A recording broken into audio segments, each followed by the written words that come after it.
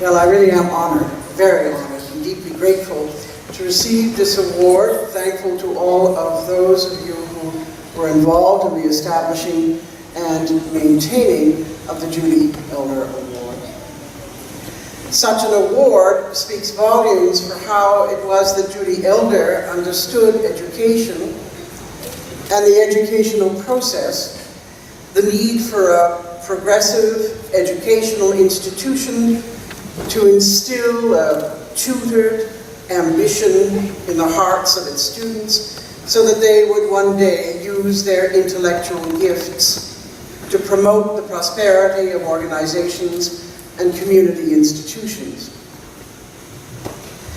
As one of her admirers wrote, quote, "Most importantly, Judy created success by helping others succeed." What a simple idea. She created success by helping others succeed. If there was anything about the class that I was a part of, and I'm so happy to see so many of them here, one of the things about the class was that although we would get sometimes anxious and a little bit angry and over more or less petty things that we would do to one another, by and large, we never left any one of us behind. If somebody was for whatever reasons failing, the rest of my classmates all circled around. It didn't really matter what the issue was. They were there. As I said, sometimes a little bit too much, but they were there. My time here at the study was never academically outstanding. Indeed, hand on heart, I think I spent almost as much time in the detention hall as I did in the library. No doubt, this is why it was that I could become, to my mind, or at least in my imagination, such good friends with the then headmistress, Miss Lamont, who seemed always to be asked to take my detentions, which should indicate to you the gravity of the detention. The study was always so much more than mere academics.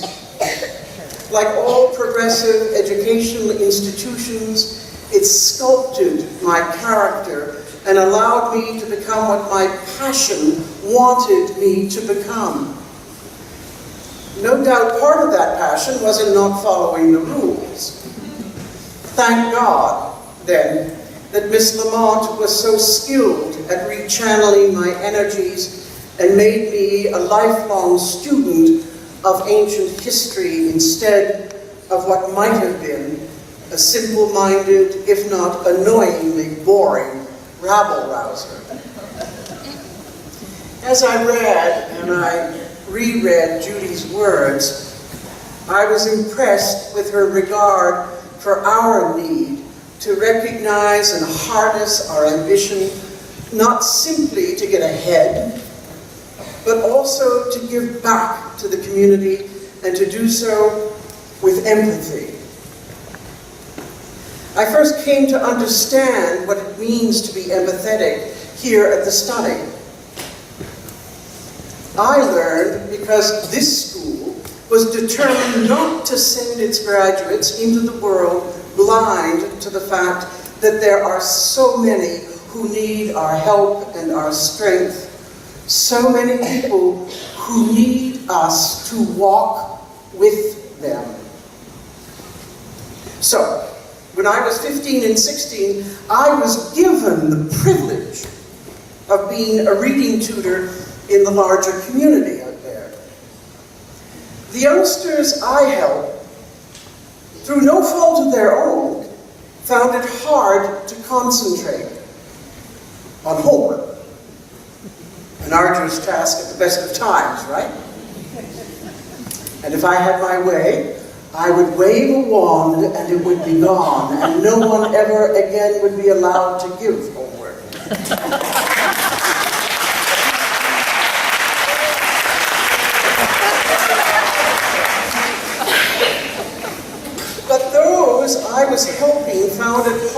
focus because they were hungry.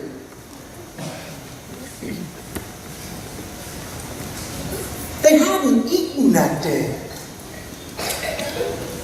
I learned firsthand what devastating effects poverty could have on the whole of the community when part of the community doesn't pay attention and is indifferent to the struggling that is going on within it.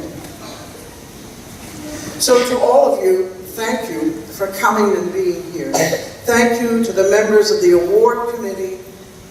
Thank you for keeping Judy's legacy alive. And most importantly, thank you to the members of the school that taught me as much about life outside the classroom as they did from within the four walls. Finally, I dedicate this award to the thousands of homeless women in Montreal who have or are now taking back their lives because of so many other women who work in shelters like that of the Auberge Madeleine, to the team of intervenants under the leadership of the directress of Micheline Cyr, women who never give up on any of their charges and whose only ambition is one day to be made redundant. Thank you for teaching me about hope.